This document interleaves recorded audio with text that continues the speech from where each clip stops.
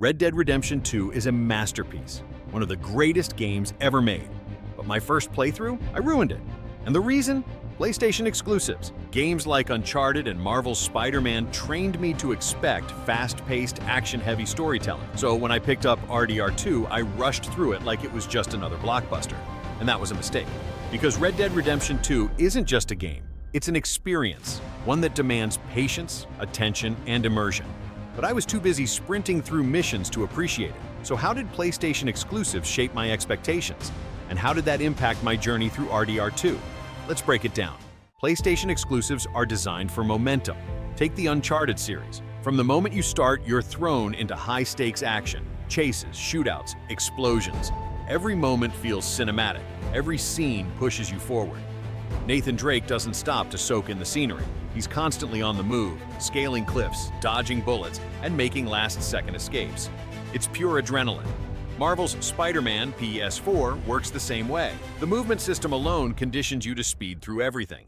Swinging through New York City is so fluid and addictive that stopping feels unnatural. The game rewards momentum, fast combat, quick missions, constant upgrades. Even the story never lingers too long on any single moment. It keeps you engaged, always pushing forward. Now, these aren't bad things. Far from it. They make for incredible, exhilarating games. But they also condition you to expect instant gratification. And that's exactly what I carried over to RDR2. The expectation that everything should happen fast, that the story should unfold at breakneck speed, that every mission should feel like a blockbuster set piece. But that's not what RDR2 is about at all. Then comes Red Dead Redemption 2, the complete opposite of everything I just described. It doesn't throw you into a high-speed chase 5 minutes in. It starts with a slow, grueling journey through a snowstorm. It forces you to feel the weight of the world. The game doesn't care if you're used to constant action. It makes you earn every moment. You don't just sprint to your next mission. You ride, sometimes for minutes, through open landscapes, listening to Arthur and his companions talk. You have to set up camp, cook food, maintain your weapons. The world doesn't move at your speed.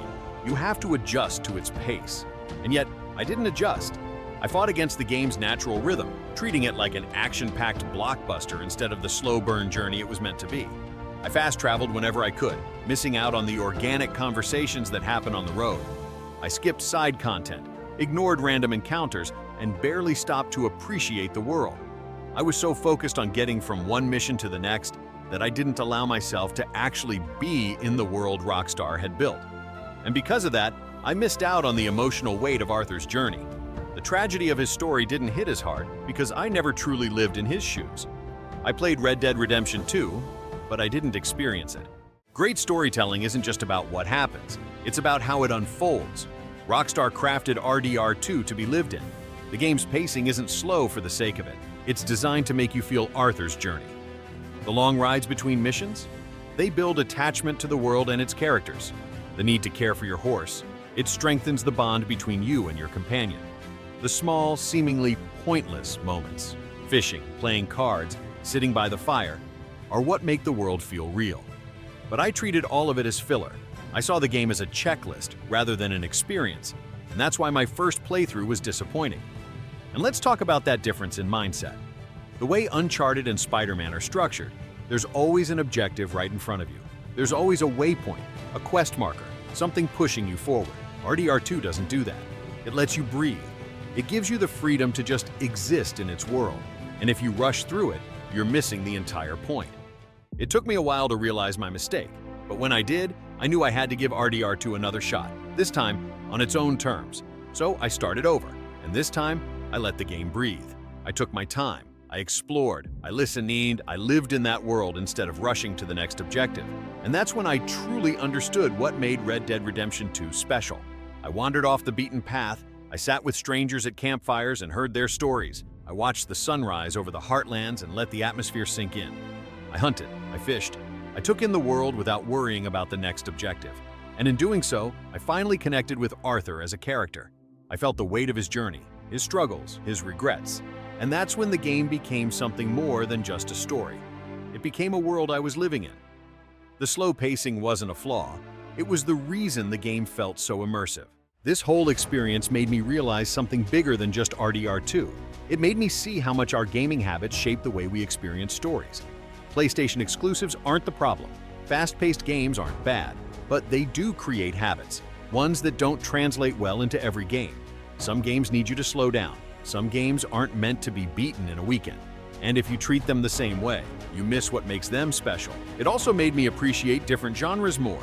I started exploring slower-paced games, titles like Death Stranding, The Last of Us Part 2, even older RPGs I had ignored. And I found a new appreciation for storytelling that unfolds at its own pace, rather than trying to keep up with mine. This was my mistake, but it's one I was lucky enough to correct. So, did PlayStation exclusives actually ruin my first RDR2 playthrough? Not exactly. But they did shape the way I approached games. And that approach didn't work for Red Dead Redemption 2. The game wasn't designed to be rushed, it was designed to be experienced. And once I realized that, it became one of the best games I've ever played. So if you're about to start Red Dead Redemption 2 or any game that values immersion over speed, my advice? Slow down, take it in. Because sometimes the best moments in gaming aren't the ones that push you forward. They're the ones that make you stop and appreciate the world around you. If you enjoyed this video, don't forget to like, share, and subscribe. And let me know in the comments, did you rush through your first RDR2 playthrough or did you take your time? I'd love to hear your thoughts.